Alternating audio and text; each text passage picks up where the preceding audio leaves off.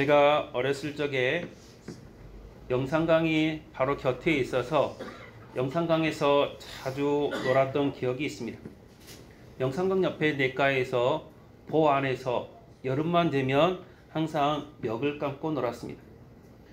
방학 때 되면 아침에 가서 냇가에 가서 놀고 점심 먹고 다시 또 냇가에 가서 놀고 좀 크니까 강에 가서 놀기도 했습니다. 항상 그렇게 냇가에 가서 멱을 많이 감기도 했습니다. 그리고 모교에서 수련회 갔을 때 청년들이랑 냇가에 갔을 때에는 물에 빠져서 허우적거리는 청년을 물속에서 건져내기도 했습니다. 그만큼 냇가에서 많이 놀고 흔히 말하는 수영을 잘 한다고 생각을 했습니다. 그런데 수영장에 가보니까 수영장에 간지 3년이 됐는데 수영장에 가보니까 냇가에 사는 수영이랑 수영장에 사는 수영이랑 너무나 다른 겁니다. 그래서 처음에 냇가에 사는 수영을 하지 않기 위해서 수영장에서 엄청난 노력을 했습니다. 선생님이 말하는 거하고 내가 냇가에 사는 수영하고 너무나 달랐습니다. 한 몇 개월 동안 냇가에 사는 수영을 안 하고 선생님이 시키는 수영을 하려고 그러니까 너무나 답답했습니다. 그냥 냇가에 사는 수영을 하라고 그러면 흔히 말하는 25m 그 레인을 그냥 한 번에 갈 수 있겠는데 선생님이 하라는 수영을 하니까 25m는커녕 10m도 못 가고 자꾸 멈추었습니다. 그게 한 3개월쯤 그렇게 했습니다. 냇가에 사는 수영을 안 하고 수영장에 사는 그 배워 사는 수영을 하려고 하니까 너무나 힘들었고 예전 냇가에 사는 수영을 버리는 그 과정이 3개월 정도 걸렸던 것 같습니다. 처음부터 수영장에서 배웠더라면 수영장에서 수영을 자유롭게 잘했을 텐데 처음부터 냇가에서 마구잡이로 배웠기 때문에 흔히 말하는 개수영, 깨구리 수영, 뭐 이상한 수영들만 했기 때문에 수영장에서 하는 수영이 어려웠습니다. 그것을 고치고 나니까 이제 수영이 조금씩 수월해지기 시작했습니다. 사람들은 누구나 이렇게 자기만의 습관, 자기만의 생각들이 있습니다.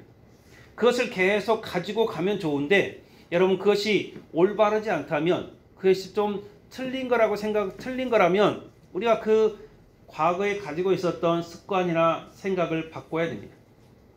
그런데 사람들은 대부분 예전에 내가 했던 것이 옳다라고 생각을 하고 예전에 내가 했던 것이 익숙하다라고 생각을 하고 바꾸려고 생각을 하지 않습니다.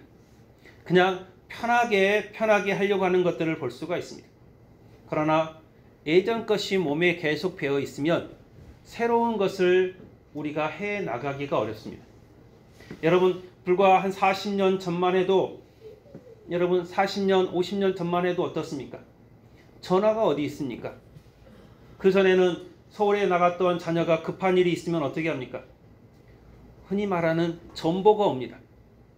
그 전에는 편지로 쓰다가 전보가 와서 우편부가 전보로 오면 그거 가지고 소식을 전했습니다. 전보는 글자 한 글자당 얼마씩 그렇게 채서 받았습니다. 그러다가 동네에 마을 그 이장님 집에 전화기가 한 대 생겼습니다. 전화기가 한 대 생기면 한 대 생겼으니 어떻게 합니까? 서울에 갔던 자녀가 전화를 합니다. 그러면 이장님이 방송을 하죠. 누구 댁 어디서 아들한테 전화 왔으니까 전화 받으시오. 방송을 합니다. 그래 방송을 하다가 이제 좀 있다가 다시 또 전화를 받곤 했어요. 그러다가 집집마다 전화기가 생겼고 우리가 흔히 말하는 DDD라는 이 전국 공통에서 할 수 있는 그런 전화가 생겼습니다. 그렇게 전화를 좀 하다 보니까 이제는 삐삐라는 게 생겼습니다. 삐삐가 생겨가지고 허리에 하나씩 다 차고 있었습니다. 삐삐삐삐삐삐삐 많이 울렸습니다. 삐삐를 쓰다 보니까 공중전화가 불편합니다. 그래서 공중전화를 넘어설 수 있는 CT폰이라는 게 생겼습니다. CT폰 가지고 공중전화 근처에서 전화를 하면 CT폰이 잘 터집니다. 그런데 공중전화에서 좀 떨어지면 CT폰이 안 걸립니다. 그래도 CT폰 하나 가지고 있었으면 얼마나 사람들이 부러워했는지 모릅니다. 그게 몇 년 하다가 이제 핸드폰이라는 게 나왔습니다. 아주 작은 핸드폰. 핸드폰이 나와서 사람들이 세상 좋아졌다. 정말 핸드폰 예전에 공상영화에서나 보던 들고 다니는 핸드폰 전화기가 있다 했습니다. 그래서 많이 했습니다. 그런데 이 핸드폰을 하다 보니 사람들이 또 더 좋은 걸 찾아서 핸드폰이 아니라 이제는 스마트폰을 하기 시작합니다. 지금 스마트폰을 하고 있는 분들은 대부분 다 스마트폰들을 가지고 있습니다. 그래서 전화기도 하고 사진도 찍고 영상도 찍고 인터넷도 하고 자료 검색도 하고 온갖 것을 다 합니다. 그런데 나는 옛날 것이 좋다라고 하면서 삐삐를 들고 있으면 어떻게 합니까? 언제 그거 가지고 확인하겠습니까? 나는 옛날 게 좋아. 세상에 아무리 핸드폰이 좋고 스마트폰이 좋아도 나는 옛날 사람이니까 나는 전보 날릴란다. 그러면 여러분 그 사람 어떻게 되겠습니까? 사회에 적응하지 못하고 점점점 뒤로 밀려나는 것입니다.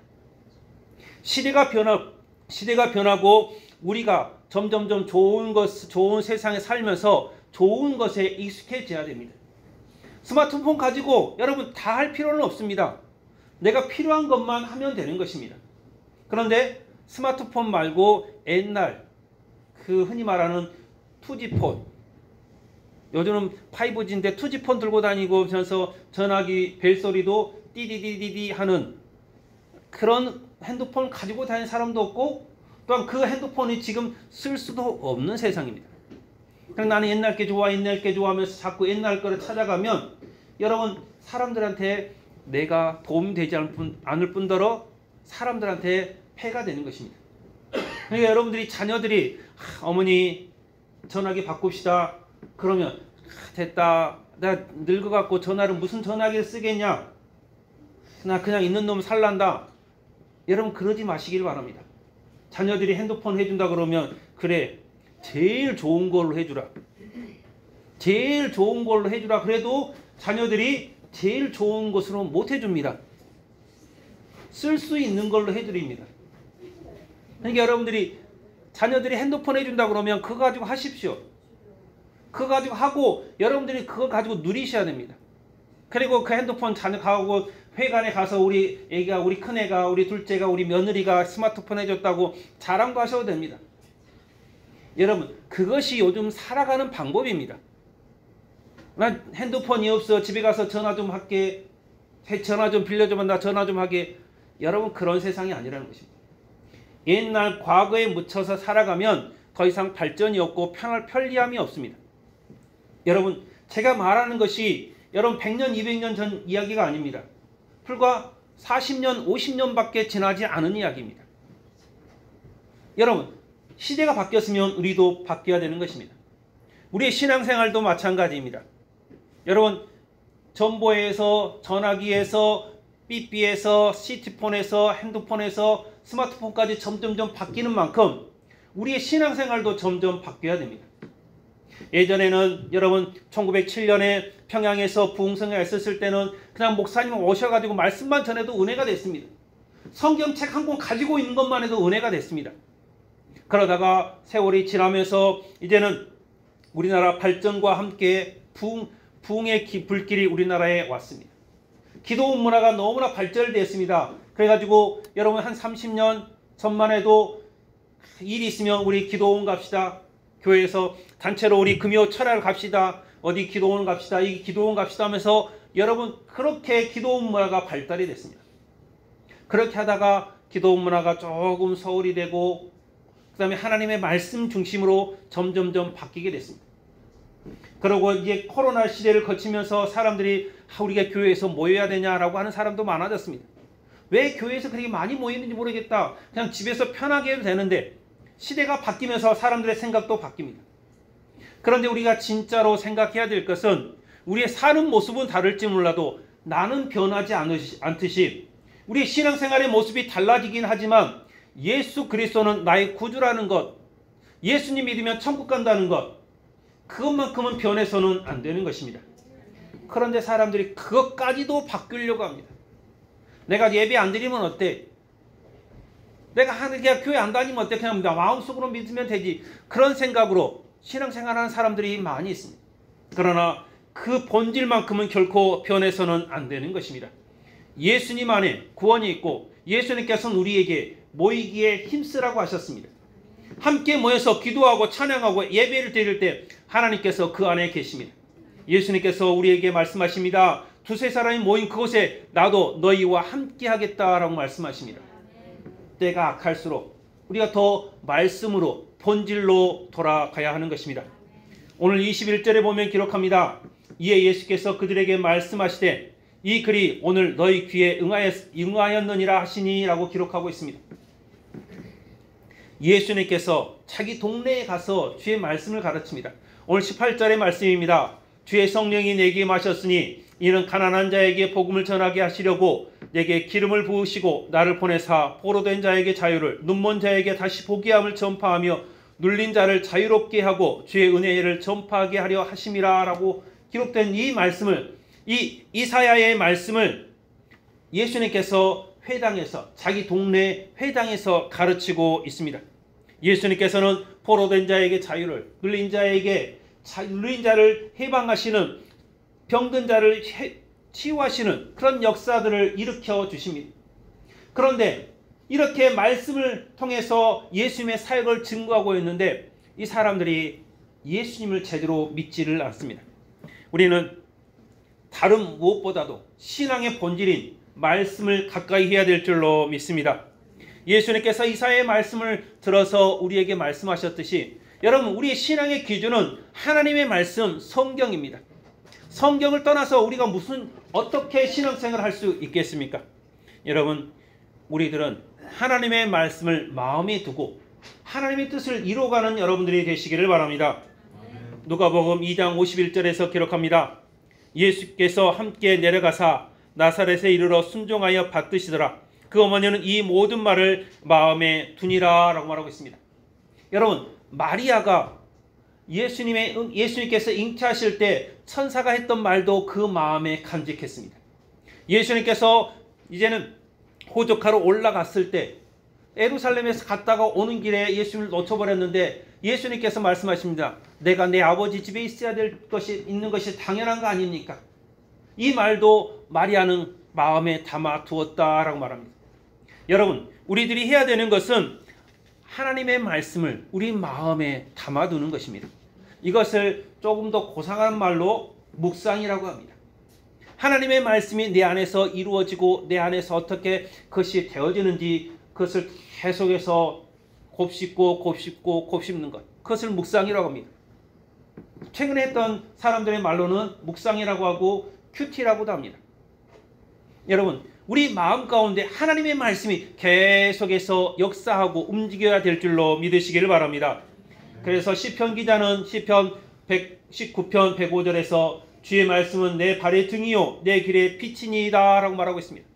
하나님의 말씀을 따라가니 내가 어두운 길에 갈지라도 하나님의 말씀으로 인해서 내 갈 길이 밝히 보여진다는 것입니다. 말씀의 빛을 보니 내가 그 말씀을 따라서 살아갈 수 있고 그 말씀이 내게 은혜가 되니 내게 힘이 됩니다 라고 고백하는 것입니다. 여러분, 우리의 신앙의 본질은 하나님의 말씀인 줄로 믿으시기를 바랍니다. 이 말씀을 따라서 여러분들이 살아나가시기를 바랍니다. 다른 어떤 유혹이 올지라도, 다른 누가 뭐라 할지라도 하나님 말씀에서 성경에서 아니라 그러면 아닌 것이고 성경에서 맞다 그러면 맞는 것입니다. 다른 기준이 없는 것입니다. 아무리 훌륭한 목사가 온다 할지라도, 아무리 어떤 훌륭한 학자가 와서 말한다 할지라도 성경에서 아니라 그러면 아닌 것입니다. 사랑하는 성도 여러분, 언제나 여러분들이 말씀을 가까이 하며 말씀을 가슴에 두고 살아가는 여러분들이 되시기를 바랍니다. 그런데 이 말씀대로 살아가는 사람들이 선입견에 사로잡혀 있으면 여러분 더 놀라운 은혜를 경험하지를 못합니다. 여러분, 예전에 내가 받았던 말씀이 있습니다. 내가 꽃신앙 때 받았던 말씀이 있습니다. 청년 때, 처녀 때 이제 신앙생활 말하면서 받았던 말씀이 있습니다. 그것이 평생 가느냐? 평생 가면 얼마나 좋겠습니까? 평생 가진 않습니다. 그런데 과거의 말씀에 사로잡혀서, 과거에 내가 기도한 것에 사로잡혀서, 과거에 내가 찬양하던 것에 사로잡혀서 여러분 그것만 추구하는 사람들이 있습니다. 내가 예전에 이렇게 기도했는데 하나님께서 응답하시더라. 그러면 그 방법만 찾아갑니다. 내가 이렇게 이 말씀이 봤었는데 이 말씀이 내게 너무나 좋더라. 그 말씀만 찾아가면 여러분 그 신앙은 왜곡된 신앙이 되고 맙니다. 오늘 22절부터 24절에 보면 기록합니다. 그들이 다 그를 증언하고 그 일로 나오는 바 은혜로운 말을 놀랍게 여겨 이르되 이 사람이 요셉의 아들이 아니냐. 예수께서 그들에게 이르시되 너희가 반드시 의사야 너 자신을 고치라는 속담을 인용하여 내게 말하기를 내가 들은 바 가버나움에 행한 일을 네 고향 여기서도 행하라 하리라. 또 이르시되 내가 진실로 너희에게 이르노니 선지자가 고향에서는 환영을 받는 자가 없느니라 라고 기록하고 있습니다.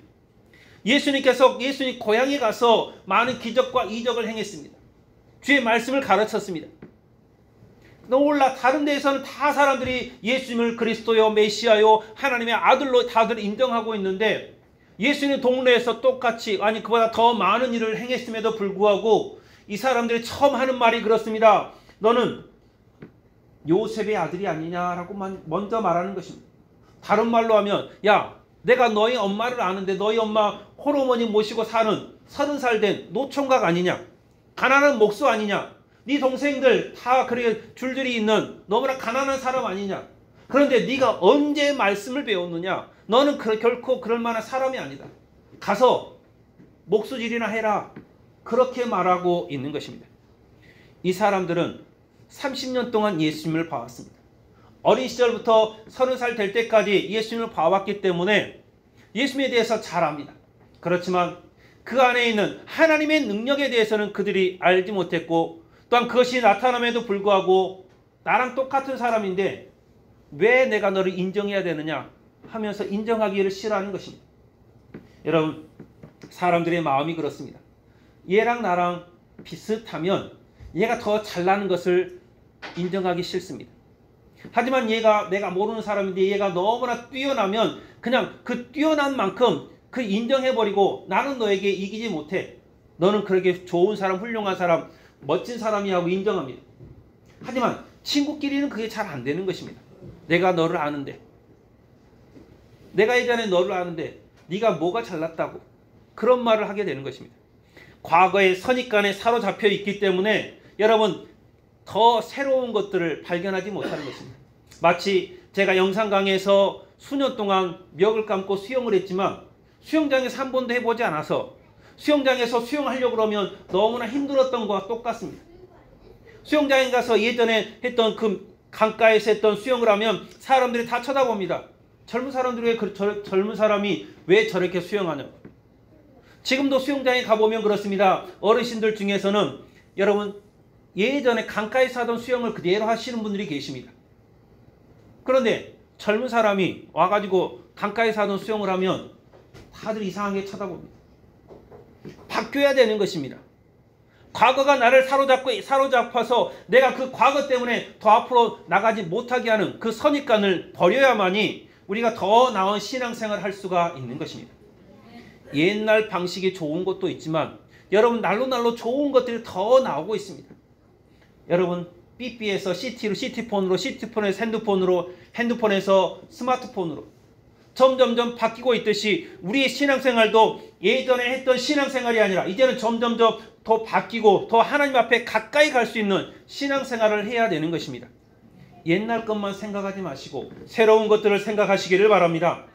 예수님께서는 우리에게 말씀하십니다. 마태복음 19장 30절에 먼저 된 자로서 나중되고 나중된 자로서 먼저 될 자가 많으니라 라고 말합니다. 먼저 된 자는 예수님을 먼저 믿었다고 생각합니다. 내가 예수님 앞에 나와서 신실했다고 생각합니다. 그래서 예전에 내가 예수님 잘 믿었다. 소시적인 예수님 잘 믿었다. 하나님의 나라를 받았다. 은혜를 받았다. 방언했다. 천국 갔다. 예전에 내가 그랬다라고 합니다. 그런데 지금은 그런 게 하나도 없고 은혜가 없고 사랑이 없습니다. 이제 막 신앙생활하는 사람이 하나님의 은혜를 받아서 더 열심히 하나님 앞에 봉사하고 헌신하면서 주의 말씀 가운데 살아가면 여러분 이것이 바로 먼저 된 자가 나중되고 나중된 자가 먼저 되는 것입니다. 예수님께서 비유로 말씀하십니다. 밭에 포도원에 일꾼을 부르는데 새벽에 가서 부릅니다. 오전에 가서 부릅니다. 점심때 가서 부릅니다. 저녁 해질녘에 가서 부릅니다. 아침 일찍 온 사람들에게도 한 달란트, 저녁 늦게 온 사람에게도 한 달란트 바랍니다. 근데 먼저 온 사람들 생각입니다. 그래, 나는 많이 받을 수 있겠지. 하지만 여러분, 먼저 온 자나 나중 온 자는 하나님께서 똑같이 한 달란트를 주셨습니다. 마지막에 온 자는 하나님 앞에 너무나 감사했습니다. 하지만 처음 온 사람은 불평합니다. 자기 것을 자기가 받았음에도 불평하는 것입니다. 아, 내가 이렇게 했으니까 더 많이 했으니까 더 받겠지. 그런 선입견, 더 잘못된 생각이 있는 것입니다. 먼저 된 자가 나중되고 나중된 자가 먼저 되는 것은 바로 이 선입견 때문임을 여러분들이 기억하시기를 바랍니다. 우리 이 선입견을 버리고 지금 우리가 하나님을 더 신실하게 잘 믿어야 될 줄로 믿습니다. 사무엘상 4장 3절과 11절에 보면 또한 이런 말씀이 있습니다. 백성이 진영으로 돌아오매 이스라엘 장로들이 이르되 여호와께서 어찌하여 우리에게 블레셋 사람들 앞에 패하게 하셨는고 여호와의 언약궤를 실로에서 우리에게로 가져다가 우리 중에 있게 하여 그것으로 우리 원수들의 손에서 구원하게 하자 하니 하나님의 기회는 빼앗겼고 엘리의 두 아들 홈리와 비누아스는 죽임을 당하였더라 라고 말합니다. 구약의 사람들은 생각하고 있습니다. 과거 이스라엘 백성들이 애굽에서 탈출해서 40년 동안 광야에 있을 때, 또한 여호수아가 가나안 땅을 정복하러 갔을 때 이 언약궤, 법궤만 앞으로 가지고 가면 하나님께서 다 승리를 주셨습니다. 전쟁이 나기만 하면 법궤만 가면 다 승리를 주셨습니다. 그러니 저들은 생각합니다. 예전에 보니까 법궤가 앞에 가면 우리가 이기더라. 언약궤가 앞에 가면 이기더라. 우리 전쟁에서 우리가 지고 있으니까, 이 블레셋과의 전쟁에서 우리가 지고 있으니까 우리 언약궤를 앞에 앞장 세워서서 가자. 그러면서 저들이 하나님을 섬기지도 않고 하나님 옆에 묻지도 않습니다. 어떻게 해야 될지 아무것도 모르면서 예전에 그랬으니까 오늘도 해보자. 그렇게 해서 나갔던 전쟁에서 저들은 이 하나님의 언약궤를 빼앗깁니다. 예전에 했던 방식 그대로 했다가 빼앗깁니다. 하나님의 신실한 모습은, 하나님을 향한 신실한 마음이 사라져버리고 겉모습만 가지고 있던 그들은 전쟁에서 그들이 가장 소중히 여겼던 법궤를 빼앗겨버리고 이 법궤가 블레셋 땅으로 넘어가는 것을 볼 수가 있습니다. 그때 넘어가가지고 법궤가 100년이 넘게 그 땅에 있었습니다. 이후에 다윗 왕 시대에 겨우 법궤가 예루살렘 성으로 돌아옵니다. 예전에 이랬으니까 이번에 또 해보자. 여러분, 그것이 아니라 하나님께서 우리에게 원하시는 것이 무엇인지를 우리가 알아야 되는 것입니다. 하나님께서 원하시는 것은 우리의 마음의 중심입니다. 하나님께서 원하시는 것은 법궤가 앞에 가는 것이 아니라 우리가 하나님의 능력을, 하나님의 말씀을 인정하는 것을 하나님께서 원하고 계십니다. 여러분들이 하나님 앞에 더 신실한 모습으로 나가시기를 바랍니다. 예전에 과거에 사무쳐서 살아가는 것이 아니라 더 나은 미래를 향해서 달려가는 여러분들이 되시기를 바랍니다. 예수님께서 이렇게 자기의 과거만 생각하던 사람들, 그 사람들을 향해서 예수님께서 여러 가지 말씀을 하십니다. 25절부터 30절에 보면 기록합니다. 내가 참으로 너희에게 이르노니 엘리야 시대에 하늘이 3년 6개월간 닫히어 온 땅에 큰 흉년이 들었을 때 이스라엘에 많은 과부가 있으되 엘리야가 그중 한 사람에게도 보내심을 받지 않고 오직 시돈 땅에 있는 사렙과 한 과부에게 뿐이었으며 또 선지자 엘리사 때에 이스라엘에 많은 나병 환자가 있었을 때 그 중에 한 사람도 깨끗함을 얻지 못하고 오직 수리아 사람 나아만 뿐이었느니라. 회당에 있는 자들이 이것을 듣고 다 크게 화가 나서 일어나 동네 밖으로 쫓아내어 그 동네가 건설된 산 낭떠러지까지 끌고 가서 밀쳐 떨어뜨리고자 하되 예수께서 그들 가운데로 지나서 가시니라 라고 기록하고 있습니다. 엘리야 때 이야기를 하고 있습니다. 엘리야가 가뭄 시대에 어디로 피했느냐? 이스라엘의 집이 피한 것이 아니다. 이스라엘 백성들은, 이스라엘 사람들은 전부 다 엘리야를 죽이려고 하고 엘리야를 좋아하지 않았다. 그렇지만 이 사렙과 과부 그 한 사람에게, 이방 과부 그 사는 사람에게 찾아가서 그 사람에게 구원을 허락하지 않았느냐. 엘리사 시대에 나병 환자 나아만이 있었을 때 이스라엘에 많은 나병 환자들이 있었지만 그들은 하나님을 온전히 섬기지 않았고 그들은 벌벌 떨면서 하나님 앞에 나오지도 않았는데 나아만만큼은 그가 믿고 엘리사에게 나오지 않았느냐. 하나님을 믿고 나왔고 그 믿음으로 말미암아서 나만 장군이 나병에서 고침받지 않았느냐. 그런데 그 이야기를 듣던 동네 사람들이 여러분 자기 마음에 찔립니다. 저건 우리한테 하는 말이다. 우리가 하나님 앞에 선택받지 못한 이스라엘 백성이구나. 사렙과 과부는 선택받았지만 우리는 하나님 앞에 선택받지 못했구나. 나만 장군은 선택받아서 치료받았지만 우리는 선택받지 못했구나. 나는 하나님의 백성이라고, 나는 하나님께서 지켜주신 사람이라고 믿었지만, 하나님이 선택받은 사람이라고 믿었지만 아니구나라고 생각이 되니 예수님을 붙잡아서 낭떠러지서 밀어뜨리려고 하는 것입니다. 과거에 자기의 고정관념이 하나님의 말씀, 예수님의 말씀을 왜곡시키고 자기를 합리화시키려고 예수님을 낭떠러지에서 밀어뜨리려고 하는 것입니다. 여러분, 우리가 과거에 사로잡혀 있으면 이렇게 될 수밖에 없습니다. 과거에 사로잡혀 있으면 더 나은 하나님의 은혜를 우리가 누릴 수가 없는 것입니다. 고린도후서 5장 17절에서는 말합니다. 그런즉 누구든지 그리스도 안에 있으면 새로운 피조물이라 이전 것은 지나갔으니 보라 새 것이 되었도다 라고 말합니다. 예수를 믿는 우리들은 이제는 새로운 삶이 시작이 되는 것입니다. 과거의 삶을 여러분 살아가지 마시기를 바랍니다. 아무리 크고 좋은 배를 할지라도 여러분 부둣가에 한 줄로 묶여 있으면 아무리 큰 배라도 부둣가를 떠날 수가 없습니다. 과거가 우리를 붙잡고 있으면 여러분 더 나은 하나님의 은혜의 바다로 갈 수가 없는 것입니다. 여러분 과거를 청산하고 이제는 진실된 하나님의 모습을 바라보시기를 바랍니다. 마가복음 2장 22절에서 말합니다. 새 포도주를 낡은 가죽 부대에 넣는 자가 없나니 만일 그렇게 하면 새 포도주가 부대를 터뜨려 포도주와 부대를 버리게 되리라. 오직 새 포도주는 새 부대에 넣느니라 라고 기록하고 있습니다. 여러분이 이제는 하나님의 말씀으로 과거의 모든 선입관들을 버리고 새로운 사람이 되었다면 새로운 삶을 살아나가시기를 바랍니다. 옛날 게 좋았다, 옛날이 좋았다 그런 생각하지 마시고 이제는 어떻게 하면 하나님의 은혜를 더 받을 수 있을까? 내가 어떻게 하면 하나님께 더 나갈 수 있을까? 그 마음으로 여러분들이 살아나가시기를 바랍니다. 이제 2025년이 시작된 지 한 달이 되었습니다. 지난주가는 설날이었습니다. 여러분들이 새로운 마음을 가지고 살아나가시기를 바랍니다. 새로운 마음으로 살아나갔을 때 하나님께서 그 가운데 우리에게 은혜 위에 은혜를 부어주실 줄로 믿습니다. 새로운 삶이 되려면 불평하지 말고 감사하시기를 바랍니다. 절망적인 말을 하지 마시고 희망적인 말을 하시기를 바랍니다. 사람을 헐뜯는 말이 아니라 사람을 살리는 말을 하시기를 바랍니다. 여러분 우리들이 해야 되는 일이 그거 아니겠습니까? 예수를 믿고 하나님을 믿고 하나님 섬기며 살아간다고 하면서 다른 사람 흉보고 헐뜯고 이래서 안 돼 죽겠다 이래서 죽겠다 저래서 죽겠다. 여러분 그것이 하나님께서 원하는 것이 아님을 여러분들이 기억하시길 바랍니다. 이래서 좋고 저래서 감사하고 너는 이래서 좋고 나의 미래는 하나님께서 이렇게 축복해 주실 것이다. 올 하나님께서 나에게 축복해 주실 것이다. 올 한 해 너에게 축복해 주실 것이다. 하나님께서 우리 가운데 함께 하실 것이다. 그런 좋은 말들을 나누는 여러분들이 되시길 바랍니다. 말씀이 여러분 가운데 있으니 이제는 새롭게 하나님의 말씀을 받아들이고 미래를 향해서 달려가는 귀한 여러분들이 되시기를 주님의 이름으로 축원합니다.